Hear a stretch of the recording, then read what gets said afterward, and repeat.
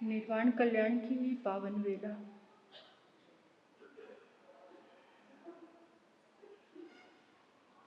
गौतम स्वामी भगवान की केवल ज्ञान की ये पावन वेला है। आज का दिन इस संपूर्ण सृष्टि के लिए बहुत अद्भुत है।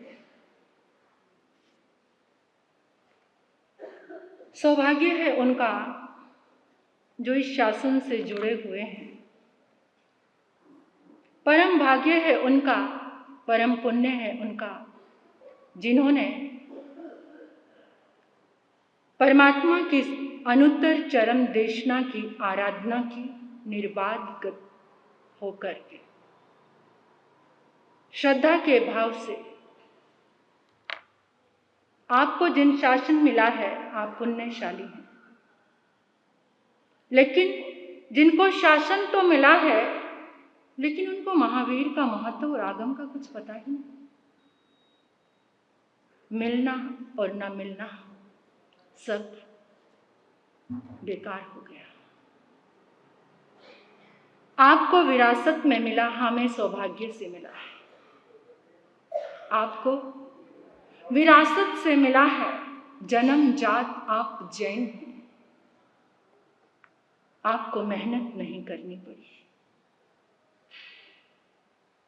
और हमें सौभाग्य से मिला है। कैसे? हम 8 साध्वियों में से 5 साध्वियों का जन्म जैन कुल में नहीं हुआ। निधि ज्योति जी महाराज साहब, विपुल श्री जी और मोक्षा जी, इन तीनों का जन्म ओसवाल कुल में हुआ है।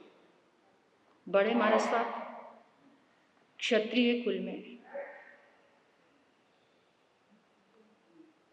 3 ब्राह्मण कुल में, मैं गौतमी जी, वत्सला और अदिति जो अरहती जी महाराज, वो राजपूत वंश में।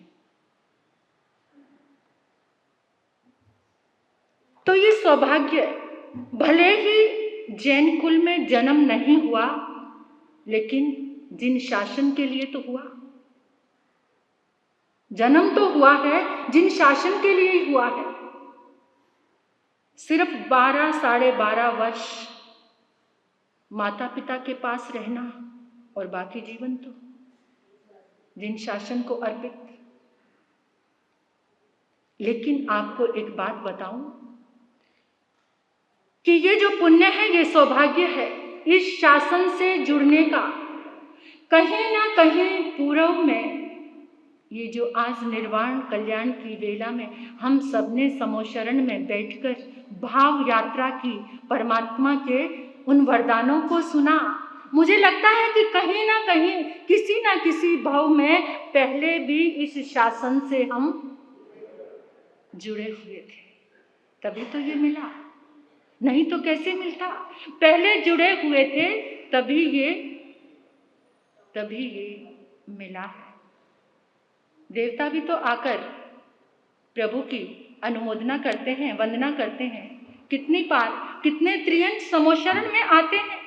कहीं ना कहीं कुछ तो सुना है हमने, जो आज इस कदर प्रेम है जिन शासन से, जो इतना प्रेम है, इतनी भक्ति और श्रद्धा है प्रभु की वाणी से, तो कहीं ना कहीं और विश्वास है कि आगे भी जरूर मिलेगा। और हम सब कहीं ना कहीं साथ इकट्ठे जरूर थे, जो आज है ना, तो पहले भी कहीं ना कहीं साथ थे और आगे भी रहने वाले हैं। आओ एक बार पावापुरी चलते हैं। 2550 वर्ष पहले चलते हैं श्रद्धा के साथ, जहां पर एक दिव्य, एक अद्भुत, एक आश्चर्यकारी दृश्य, घटना घटी। क्या? दिल थाम के सुनना, भक्ति से सुनना, भावों से सुनना, अपने परमात्मा को याद करते हुए सुनना। परमात्मा प्रभु महावीर राजगृह से विहार कर लिया। सभी गणधर शिष्य संतों के साथ पावापुरी की ओर, और उधर पावापुरी में राजा हस्तिपाल की राजसभा लगी हुई है। राजसभा में सिंहासन पर बैठे हैं राजा हस्तिपाल।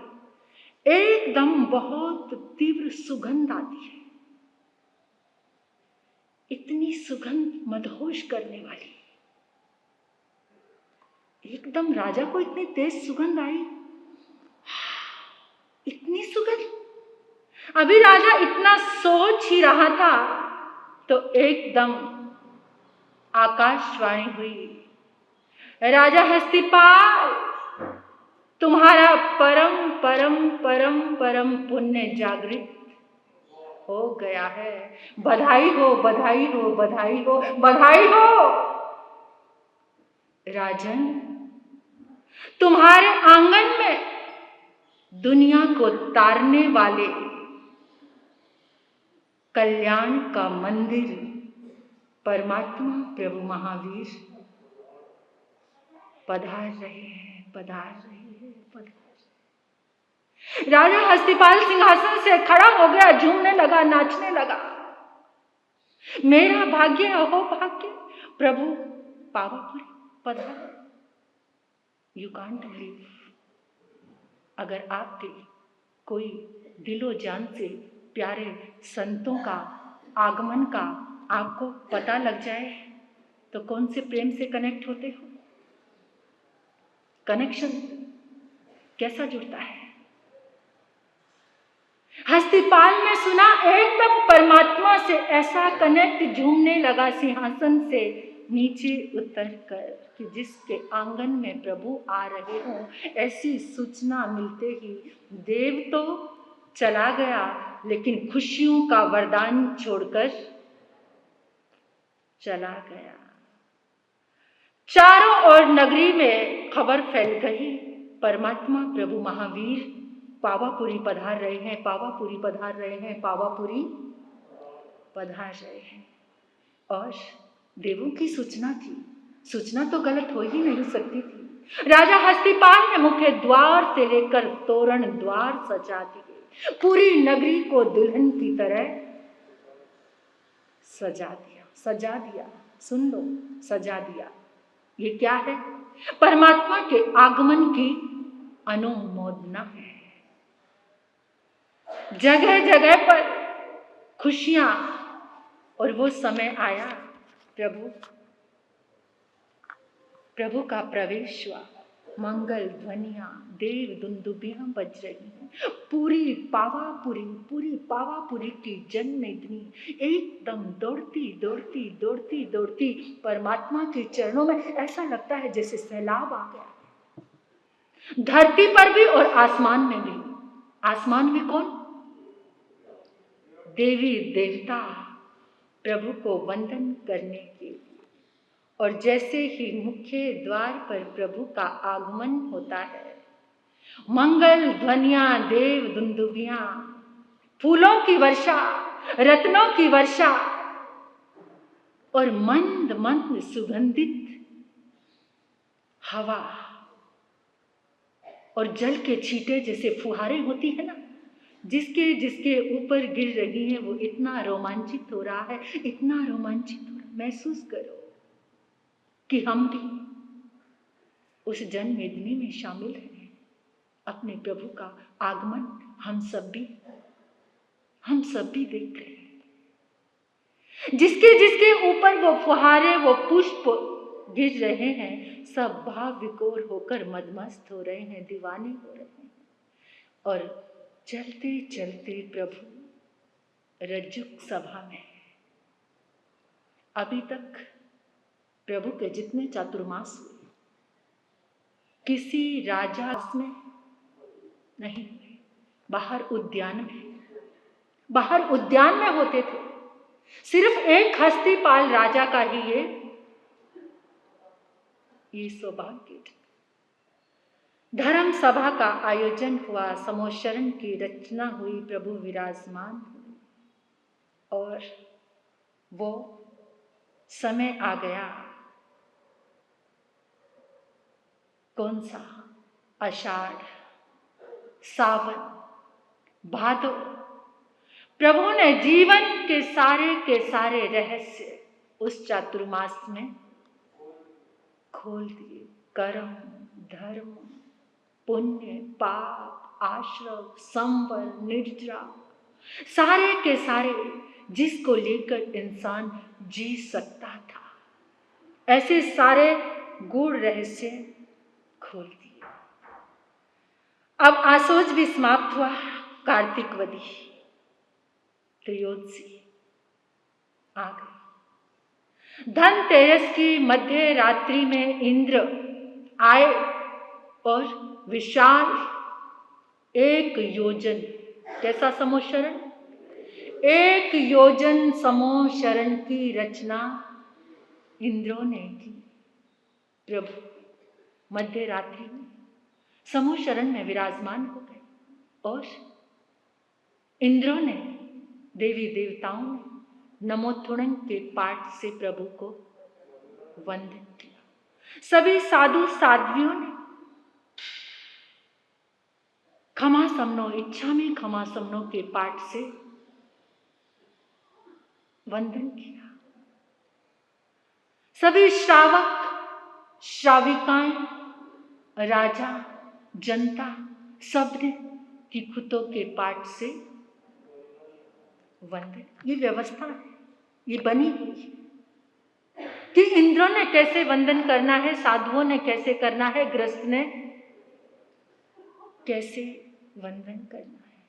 और वंदन करके राजा हस्तिपाल खड़े हो गए, ऊंचे स्वर से प्रभु का वंदन करने लगे, प्रभु का स्तुति गान करने लगे। कैसा स्तुति गान किया होगा, रोम रोम से निकल रहा होगा। इतना सौभाग्य तो धरती पर किसी का भी नहीं हुआ। कौन सा पुण्य किया होगा, क्या धर्म आराधना की होगी, क्या भक्ति होगी परमात्मा के प्रति। स्तुति गान करने लगे उन्होंने, कैसा स्तुति गान किया होगा। लेकिन एक बार हम भी आओ प्रभु को वंदन कर देते हैं। वीर को वंदन करें, महावीर को वंदन करें, प्रभु वीर को वंदन करें, महावीर को वंदन। ज्ञान का दीपक लिए और शील का चंदन करें, महावीर को वंदन करें, प्रभु वीर को वंदन। सभी मिलकर बोले, करें महावीर को, करें प्रभु वीर को वंदन, करें महावीर को वंदन। परमात्मा समोशरण में विराजमान हो गए। एक चमत्कार होता है तीर्थंकर अतिशय का। किसी को भी तीर्थंकर की पीठ नजर नहीं आती, सबको मुखमंडल नजर आता है। सब एकदम एकाग्र हो गए, हाथ जोड़कर बैठे हैं, प्रभु कृपा, प्रभु कृपा, प्रभु कृपा। प्रभु ने कहना शुरू किया। क्या कहना शुरू किया प्रभु ने? तीर्थंकरों की मौजूदगी का एहसास कराया कि जब तीर्थंकर इस धरती पर होते हैं तो ये पूरा देश आर्य व्रत कहलाता है, धन धान्य से पूर्ण होता है, गांव नगरों से सजा हुआ होता है। तीर्थंकरों की मौजूदगी में जो गांव होते हैं वो भी नगर जैसे होते हैं, और जो नगर होते हैं वो स्वर्ग जैसे होते हैं, और जो कौटुंबिक पुरुष, जो घर का मुखिया होता है ना, वो इंद्र के समान होता है। साधु साध्वी, माता पिता, देवी देवता के जैसे होते, ऐसे भाव होते हैं उनके। और जो सास ससुर होते हैं वो माता पिता के जैसे होते हैं, उनके अंदर माता और पिता के जैसा वात्सल्य भाव होता है। बहू बेटी धर्म से विवेक से जुड़ी होती हैं, सत्य से संपन्न होती हैं, आचरण से युक्त होती हैं। देव और गुरु धर्म से जुड़े होते हैं, क्योंकि जो देव गुरु धर्म से जुड़ा होता है वही सत्य और आचरण से जुड़ा रहेगा। जैसे जैसे देव गुरु धर्म से विच्छेद होगा, सत्य और आचरण भी नष्ट हो जाएगा। सबको देव गुरु धर्म पर भरोसा, सदाचार पर भरोसा था। तीर्थंकरों की मौजूदगी में जो विज्ञ यानी जो विद्वान लोग हैं उनका आदर होता है, आजकल नहीं होता। उस समय यानी जिसकी जो विशेषता होती है उसको वैसा ही सम्मान मिलता है। कुल शील विद्या से सब संपन्न रहते हैं और सबको सम्मान मिलता है। और एक और चमत्कार होता है, जब तीर्थंकर धरती पर होते हैं कभी भी अकाल नहीं होता, प्राकृतिक आपदाएं नहीं आती। जब अधिकांश जो राजा होते हैं वो सदाचारी, अधिकांश मुख्य रूप से जो राजा होते हैं वो सदाचारी होते हैं। जब तीर्थंकर नहीं रहेंगे, प्रभु फरमा रहे हैं, जब तीर्थंकर नहीं रहेंगे, चक्रवर्ती नहीं रहेंगे, वासुदेव बलदेव प्रति वासुदेव, जब ये नहीं रहेंगे उसके बाद क्या होगा? सबसे पहले तो केवल ज्ञान और मन पर्यव ज्ञान का विच्छेद हो जाएगा। इसका विच्छेद होते ही एकदम परिस्थितियां प्रतिकूल हो जाएंगी। लोगों के अंदर क्रोध, मान, माया, लोभ बढ़ने लगेगा, विवेक मर्यादाएं छिन्न भिन्न होने लगेंगी, धर्म घटेगा, अधर्म बढ़ेगा, गांव शमशान के जैसे हो जाएंगे और नगर प्रेत लोक की तरह नजर आएंगे। सज्जन व्यक्ति दास हो जाएंगे। जो सज्जन है ना, उनकी हैसियत दास के जैसी हो जाएगी। दुर्जन राजा बन जाएगा और सत्ता हमेशा दुर्जनों के पास। ये जो चल रहा है मत्स्य न्याय होगा। क्या कैसा कि जो बलवान है वो कमजोर को दबाता रहेगा, राजा अधिक टैक्स लेगा, जीएसटी आदि की समस्याएं बढ़ जाएंगी, न्यायाधीश बिकने लग जाएंगे, बिकेंगे पैसों में। आदमी सिर्फ पैसे का दीवाना रहेगा, धन का, और कोई मोटिव नहीं होगा उसका धन के सिवा। साधु साध्वी आपस में लड़ेंगे, साधु साध्वी। तीर्थंकरों के बिना ये हश्र है इस धरती का। मजहब के नाम से लोग बटेंगे, लड़ेंगे, झगड़ेंगे, मारेंगे, काटेंगे, सब अपने अपने पंथ को चलाने का। और सचमुच आज महावीर तो अपनी गुरु परंपरा को आगे बढ़ाने में सब लगे हैं। महावीर कौन से कोने में किसी को पता नहीं है। महावीर के पुजारी कौन है? महावीर की पूजा करने वाले कौन? दानशील तप भावना में लगातार गिरावट आएगी। माँ बाप बच्चों से भेदभाव करेंगे और बच्चे भी माता पिता की सेवा नहीं करेंगे। कुल वधवें आचार विहीन हो जाएंगी, यानी शील से रहित हो जाएंगी। पृथ्वी पर, धरती पर कीड़े मकोड़ों की संख्या बढ़ जाएंगी। देवी देवता धरती से ओझल। अभी सुन रहे थे निर्वाण कल्याण की वेला में, देवी देवता कैसे आ रहे हैं? जैसे आप और हम आमने सामने बैठे। ऐसे क्यों? क्योंकि जो चौथे आरे में जन्म लेने वाले, उनके मन में निर्मलता, पावनता, पवित्रता, और जैसे ही निर्मलता, पावनता, पवित्रता होती है तो देवता। अब तो निर्मलता और पावनता सारी समाप्त हो गई। तीर्थंकर भगवान की मौजूद नहीं होते तो देवी देवता कोई कारण से ही हल्की फुल्की झलक दिखाने के लिए धरती पर आते हैं। साधु साध्वी आपस में भगवान से जोड़ने की बजाय सब अपने गुरु से ही जोड़ रहे हैं, तो ये कारण हो रहा है। और परमात्मा ने कहा कि जिस समय तीर्थंकर नहीं होंगे, मंत्र तंत्र औषधि पुष्प फल रस रिद्धि समृद्धि आकृति ऊंचाई रूप सौंदर्य सब में कमी आ जाएगी। कमी आ गई है बहुत, सब कुछ ऊंचाई भी घट गई है, आकृति भी घट गई है, प्रकृति के जो फल रस वो भी सब कम हो गए हैं।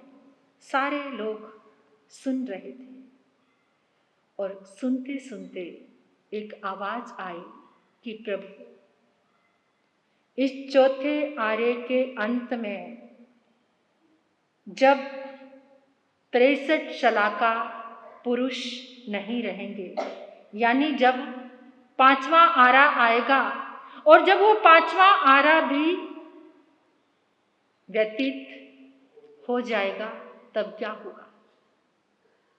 अभी से लक्षण नजर आ रहे हैं। परमात्मा की वाणी से कितना इंटरेस्ट रह गया है। आप सभी जो लोग यहाँ पर आए हो, आप भाग्यशाली हैं। लगता है एक समय तो ऐसा आएगा कि साधु संत गोचरी को जाएंगे ना, तभी 5 मिनट किसी को कुछ सुनाकर आएंगे। आज भी वैसे तो समय ऐसा ही हो रहा है, किसी किसी भाग्यशाली के पास समय है। लोग सो रहे हैं और सोते ही रहेंगे, और ये प्रमाद उनको जन्मों जन्म तक सुलाता रहेगा। आज कुछ सुनते, आज अपने परमात्मा को जीवंत करते अपने भीतर में, इस निर्वाण कल्याण की वेला को मनाते, तो कितना आनंद आता। तो परमात्मा से जब प्रश्न किया कि इस आरे के यानी पंचम आरे के अंत में क्या होगा, तो प्रभु ने कहा पंचम आरे के अंत में 4 लोग बचेंगे धर्म के नाम वाले, एक साधु एक साध्वी, दुप्रसह नाम के आचार्य और फल्गु श्री की साध्वी। बस वही होंगे, अकेले ही होंगे। एक श्रावक होंगे, यही चतुर्विद होगा, संघ होगा, नागिल श्रावक और सत श्री श्राविका, और विमल माहन नाम का राजा और सुमत नाम का मंत्री। मनुष्य का शरीर बहुत छोटा हो जाएगा, हाईएस्ट एज 20 वर्ष की होगी। और लास्ट में क्या होगा? जब 5वें आरे का अंतिम दिन होगा, उसके प्रातः काल में जो आचार्य दुप्रसह और फल्गु श्री साध्वी वो देवलोक हो जाएंगे, उनको देवलोक हो जाएगा, चरित्र धर्म नष्ट हो जाएगा। मध्याह्न में राजा और मंत्री, उनका स्वर्गवास हो जाएगा, फिर धर्म भी नष्ट हो जाएगा। 3:15 बजे, 3:15-4 बजे तक अग्नि समाप्त, अग्नि नहीं रहेगी। ये अंतिम दिन है पंचम काल का। और उसके दूसरे दिन जब छठा आरा लगेगा, दुखमा उसमें क्या होगा? एकदम तेज प्रचंड ऐसा तूफान आएगा, सारे घर धराशायी हो जाएंगे, इंसान आकाश में उड़ जाएंगे और आकाश से तेजाब की बारिश होगी। उसी में सब गल गल के जल जल के मर जाएंगे। जो थोड़े बहुत लोग बचेंगे वो गंगा सिंधु नदी के किनारे बिलों में जाकर शरण लेंगे।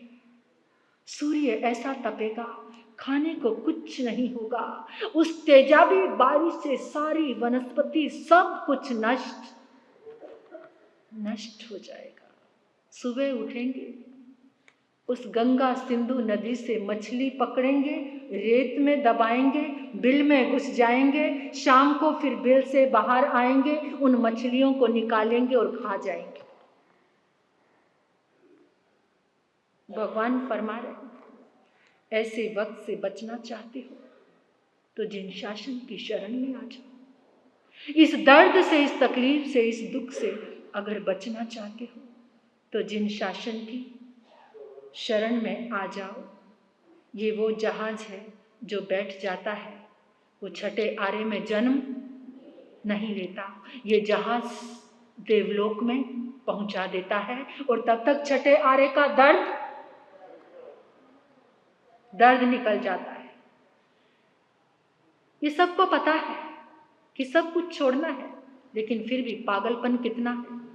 पता है, हर रोज देख रहे हैं ये घटनाएं। वो सोया पड़ा रहेगा, उसका एक्सीडेंट हो गया, उसको हार्ट फेल हो गया, उसको ब्रेन हेमरेज हो गया, वो यहाँ मर गया, वो वहां मर गया, लेकिन फिर भी उस दर्द से बाहर निकलने की कोशिश। अंधा हो चुका है इंसान। प्रभु फिर फरमाने लगे, छठे आरे के बाद फिर जो पहला, ये क्रम चल रहा है, ये कौन सा आरा है? अवसर्पणी। कौन सा काल है ये? अवसर्पणी। अवसर्पणी को सांप के जैसी उपमा दी है। जैसे सांप आगे से क्या होता है और नीचे धीरे धीरे पूछ, यानी समय घटता घटता और सारी सुख घटते घटते कैसे दुख में पहुंच जाते हैं। और उसके बाद फिर क्या आएगा? उत्सर्पणी काल। उत्सर्पणी काल भी कैसे शुरू होगा? जो छठा आरा, पहला आरा कैसा होगा? छठे आरे के जैसा होगा।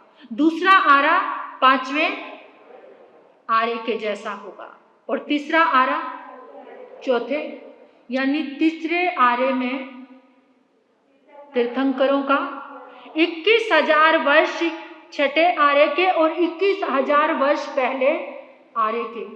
तो उस समय लगातार 35 दिन तक, 7-7 दिन तक ऐसे मेघ बरसेंगे जो घी का काम करेंगे, अमृत का काम करेंगे, रस का काम करेंगे, जिससे पूरी प्रकृति फिर से सुरम्य। कब? जब तीसरा आरा आएगा।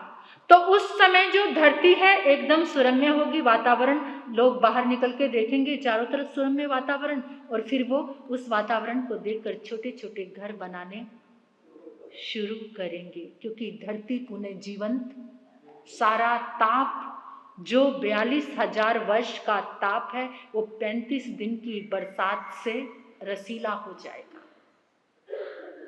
और फिर उसके बाद पहले तीर्थंकर आएंगे। कौन? पहले तीर्थंकर कौन आएंगे? राजा श्रेणी। ये परमात्मा बता रहे हैं सबको कि फिर पहले तीर्थंकर आएंगे, फिर से ऐसा ही तीर्थंकरों का, और वो हूबहू बिल्कुल भगवान महावीर जैसे होंगे। उनकी आकृति, उनकी देह यष्टि, उनका सब कुछ किसके जैसा होगा। और फिर करते करते जो पहले तीर्थंकर तक वो कैसे होंगे?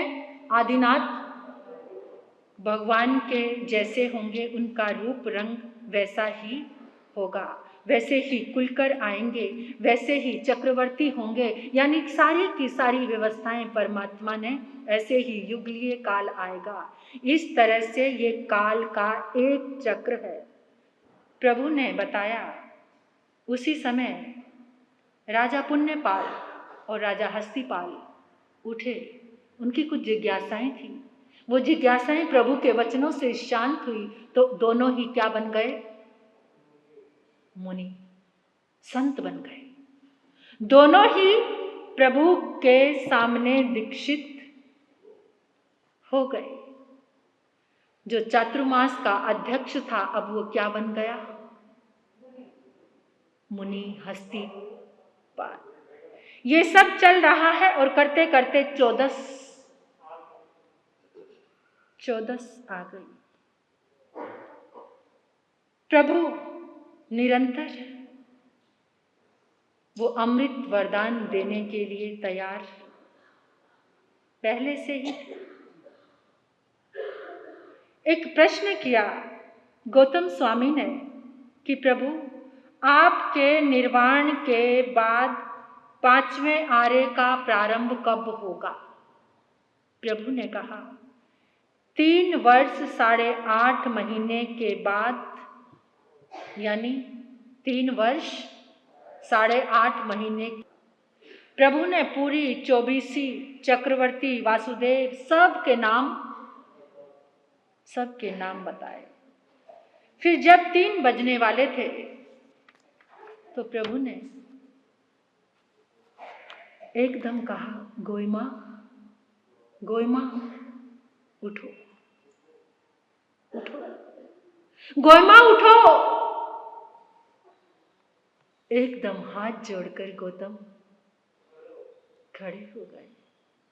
कृपा प्रभु, गौतम, देव क्षमा ब्राह्मण को जगाने के लिए चले जाओ।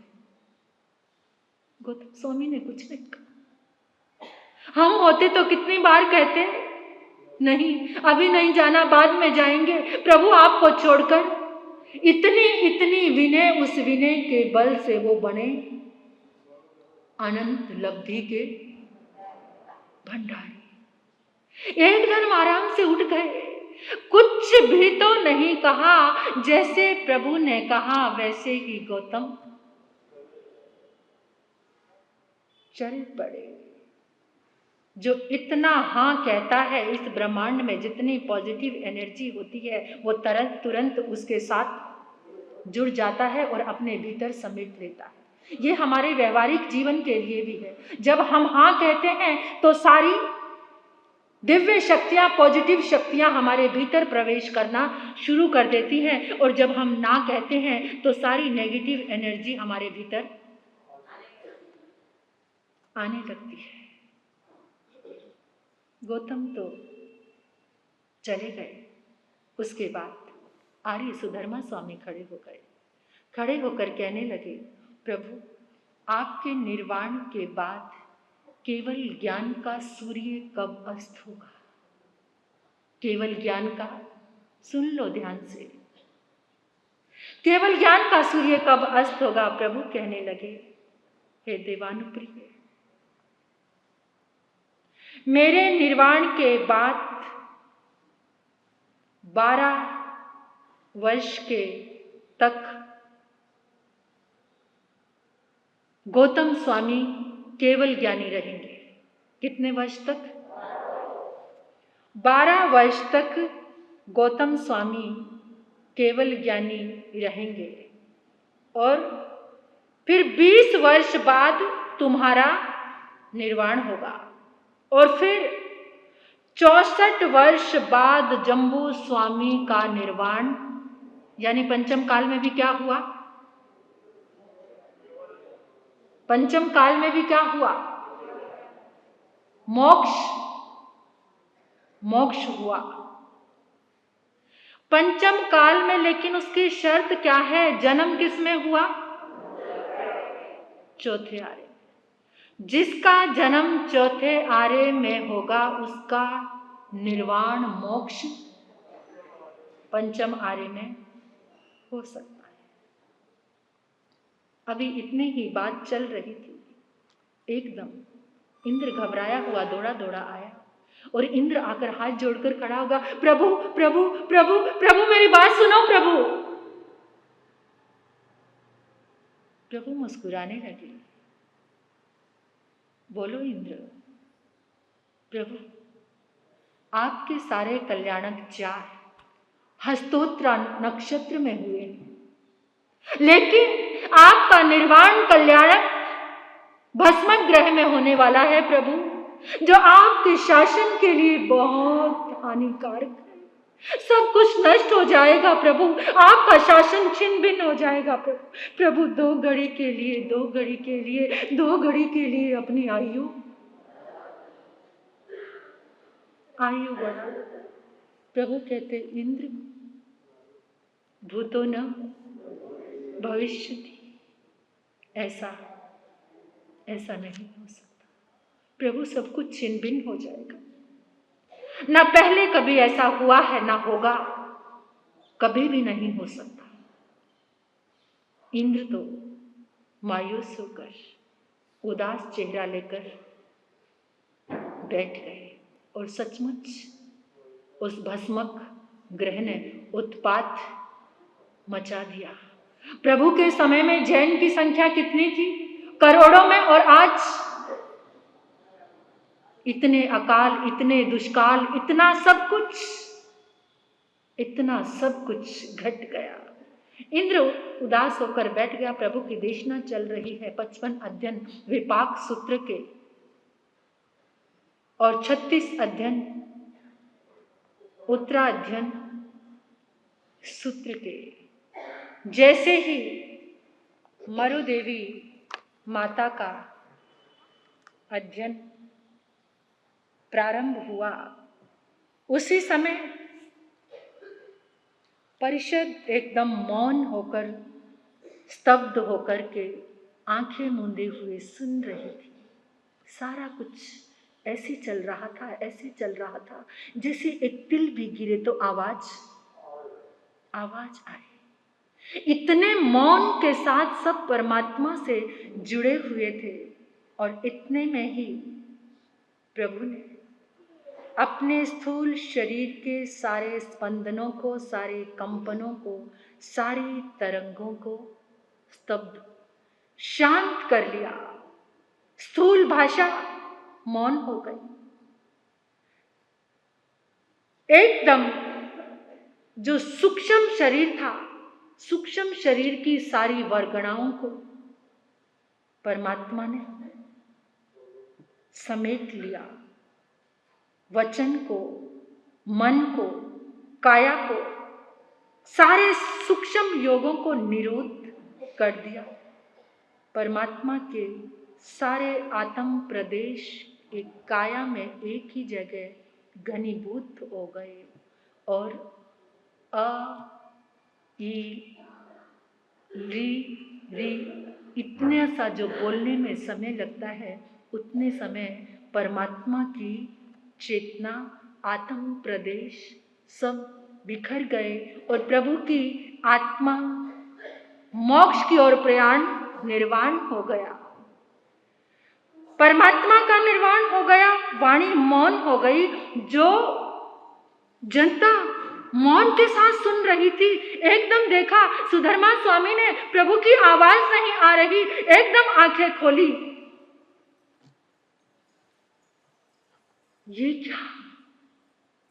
प्रभु का निर्वाण हो गया। प्रभु प्रभु प्रभु चले गए, हम सबको छोड़कर प्रभु चले गए। इधर करुण क्रंदन करने लगे। परिषद ने आंखें खोली। प्रभु का निर्वाण हो गया। प्रभु सिद्ध शिला में पहुंच गए। प्रभु मोक्ष में पहुंच गए। 14 रज्जु लोक में परमात्मा की कपूर में काया फैल गई।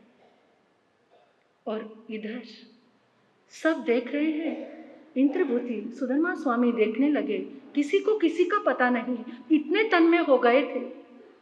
वो देख रहे हैं कि इंद्रभूति गौतम नहीं है। और उधर इंद्रभूति गौतम देव श्रमा को प्रतिबोध देकर आए। रात्रि में एक पीपल के पेड़ के नीचे रुके और आकाश में देख रहे हैं कि चारों तरफ देवी देवताओं का आगमन हो रहा है। शायद प्रभु के समोशरण में जा रहे हैं, लेकिन फिर एकदम कान में आवाज आई, प्रभु का निर्वाण हो गया, प्रभु का निर्वाण हो गया, प्रभु का मोक्ष हो गया, प्रभु का मोक्ष हो गया। एकदम इंद्रभूति ने सुना, प्रभु का मोक्ष हो गया, प्रभु का निर्वाण हो गया। भूकंप आ गया। एकदम हिल गए। प्रभु ने मुझे पहले ही भेज दिया। और 14 पूर्व के ज्ञाता, 14,000 शिष्यों को संभालने वाले, 4 ज्ञान के धारी बिलक बिलक कर रो पड़े, प्रभु प्रभु मुझे छोड़कर चले गए, मुझे पहले ही दूर भेज दिया। प्रभु मैं इतना बालक भी नहीं था कि मोक्ष में जाते आपका आंचल पकड़ लेता। प्रभु अब मुझे गोइमा गोइमा कहकर कौन बुलाएगा? जब आप गोइमा कहते थे, मेरे भीतर में 100 बार केवल ज्ञान का प्रकाश होता था। प्रभु आपने ये क्या किया? अपने अंतिम समय समय में मुझे अपने से दूर कर दिया। जन्मों जन्मों तक अनुकंपा कृपा करने वाले मेरे प्रभु मुझे पहले ही अपने से अलग कर दिया। आपको पता है, आपका गौतम एक पल भी आपके बिना जीवित नहीं रह सकता। इतना बिलख रहे हैं, तड़प रहे हैं, रो रहे हैं प्रभु, जो मुझे दिया अभी तो कितने गौतम और आपके पास आते प्रभु जन्मों जन्मों में संभाला, आज मुझे छोड़कर चले गए। मैं नहीं जी सकता आपके बिना प्रभु, आ जाओ प्रभु। मुझे आपकी वो कंचनमयी कपूरमयी काया के दर्शन कर रहे हैं। बिलख रहे, तड़प रहे हैं।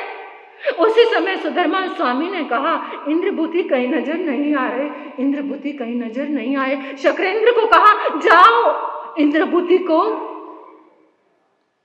लेकर आओ।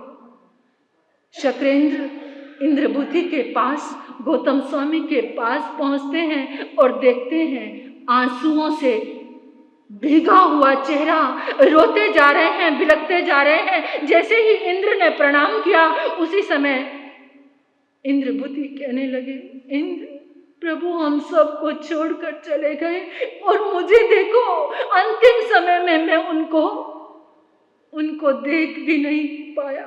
मेरे प्रभु को ले आओ इंद्र, मेरे प्रभु को ले आओ। मैं प्रभु के बिना अब मेरी शंकाओं का समाधान कौन करेगा? अब मुझे मार्गदर्शन कौन देगा? गोयमा कहकर कौन बुलाएगा? एक करुण क्रंदन एक गीत के माध्यम से, महावीर भगवान छोड़ चले क्यों, किसे कहूँ मैं बात, गौतम पूछ रहा है कि गौतम पूछ रहा है। किसे कहूँ मैं मन की बतिया, किसे सुनाऊं पीर, गौतम पूछ रहा है कि गौतम पूछ रहा है। साथ निभाया कैसा गुरुवर देखो आपने,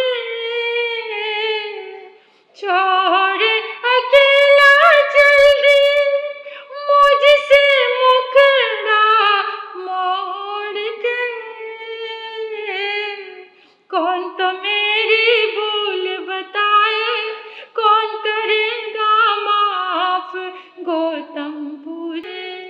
प्रतिबोध देने भेजा क्यों मुझे भगवन आपने, मन मेरा जोर जोर कर रोए, कौन बंधाए धीर, गौतम पूछ रहा है, गौतम पूछ रहा है। देख न पाऊं आए जब मेरे सामने, गोए माँ कौन कहेगा मुझे प्यार से। कैसी अनोखी प्रीत निभाई, छोड़ चले हो साथ, गौतम पूछ रहा है कि गौतम पूछ रहा है। वही अनुभूति इन 3 दिनों की साधना में निरंतर चल रही थी। हर दिवाली को ऐसा लगता है प्रभु साथ है, जितने समय आगम की आराधना चलती है। लेकिन जैसे ही निर्वाण होता है, ऐसे लगता है प्रभु अभी छोड़कर 2550 वर्ष के बाद भी ये अनुभूति है जो उस समय जिए, एकदम समोशरण चला गया। अशोक वृक्ष लुप्त हो गया, स्फटिक सिंहासन नहीं रहा, प्रभु की वो स्वर्णिम काया नहीं रही। वो जनता कैसे जी होगी, कैसे? उस वियोग की अनुभूति होती है मुझे, मेरे परमात्मा की अनुभूति होती है मुझे। इंद्रभूति गौतम बिलखते लगे। इंद्र ने कहा, ए महावीर के पुत्र, जो महावीर ने दिया, जो परमात्मा ने दिया, क्या वो याद नहीं है? उसे याद करो। हे इंद्रभूति, याद करो परमात्मा को जो तुम्हें दिया। परमात्मा का प्रकाश तुम्हारे भीतर है, तुम महावीर के पुत्र हो। 2 घड़ी के बाद क्रंदन शांत हो गया। गौतम अपने अंतर में आ गए। अंतर में आए तो गौतम की चेतना ही कहली थी, गोई मां, मैं तुम्हारे भीतर ही तो हूं, जागो। इसी पल का तो इंतजार था। अगर मैं अलग नहीं होता तो तुम प्रकाशित कैसे होते? और गौतम को समझ आया, ये आंसू गौतम की चेतना के नहीं, ये मोह के हैं। ये आंसू अभी तक अंदर बैठे थे, अब बाहर।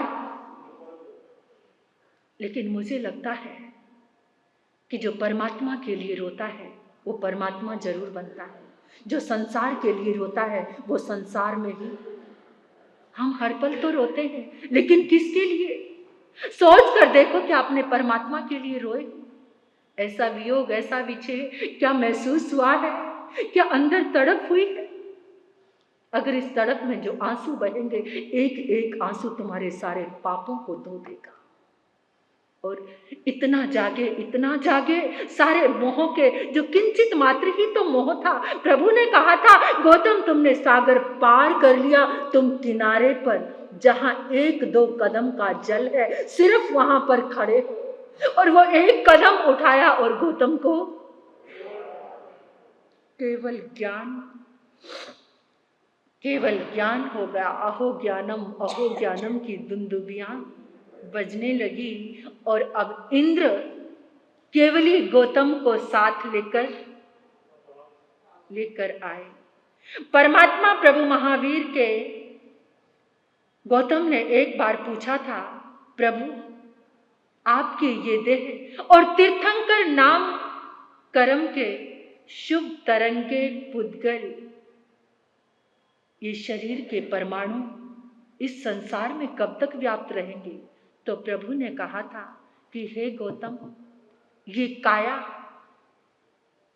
तो 72 वर्ष की है, लेकिन तीर्थंकर नाम कर्म की जो काया है वो कब तक? 42,000 वर्ष तक इस धरती पर रहने वाली है। आज जो हम आलंबन लेते, ये मैं बोल रही हूं, क्या ये मेरी पावर है? नहीं, ये तीर्थंकर नाम कर्म के पुण्य की पावर है। जो ये शब्द लगातार इतने समय तक चलते रहते हैं, इतने समय तक गायन, और फिर ये आवाज रहती है, ये परमात्मा के शासन का आलंबन है। इंद्रभूति गौतम अपने ज्ञान में देख रहे हैं, केवल दर्शन में जान रहे हैं। उन्हीं पुद्गलों को, तरंगों को महसूस करते करते जहां पर परमात्मा का समुच्चरण था वहां आए। और वहां आए, अभी तक तो सुधर्मा स्वामी ने अपने आप को रोक कर रखा था, और जैसे ही एकदम गौतम आए, सुधर्मा स्वामी का भी सबर का बांध टूट गया और गौतम के चरणों में गिरकर बिलक बिलक कर रोने लगे। प्रभु छोड़कर चले गए। गौतम सुधर्मा स्वामी को उठाया, सिर पर हाथ रखा और कहा, प्रभु कहीं नहीं गए, प्रभु हर रूप में हमारे साथ हैं। सुधर्मा स्वामी देखो, सबको शांत कराया, सबको अपने कैवल्य के प्रकाश में एक पावर दी, एक शक्ति दी।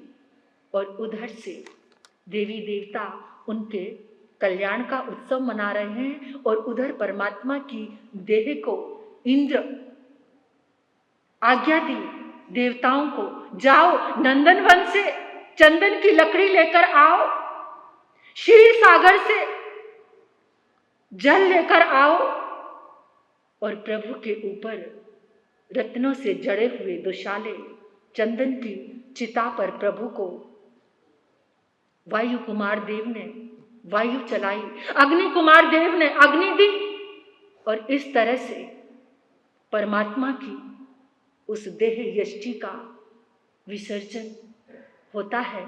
उस शिविका को ईशान इंद्र और इंद्र ने आगे से उठाया, बलिंद्र और चमरेंद्र ने पीछे से उठाया वो प्रभु की शिविका को लेकर। और फिर जिस समय परमात्मा की वो चिता शांत हुई, इंद्र ने एक दाढ़ निकालकर, जो दाढ़ होती है ना वो रतन मंजूषा में, ऐसे ही ईशान इंद्र ने, चमरेंद्र ने, बलेंद्र ने और हड्डियां देवताओं ने और राख को जितने श्रद्धालु जनता थी, भक्त थे, वो सब उन्होंने।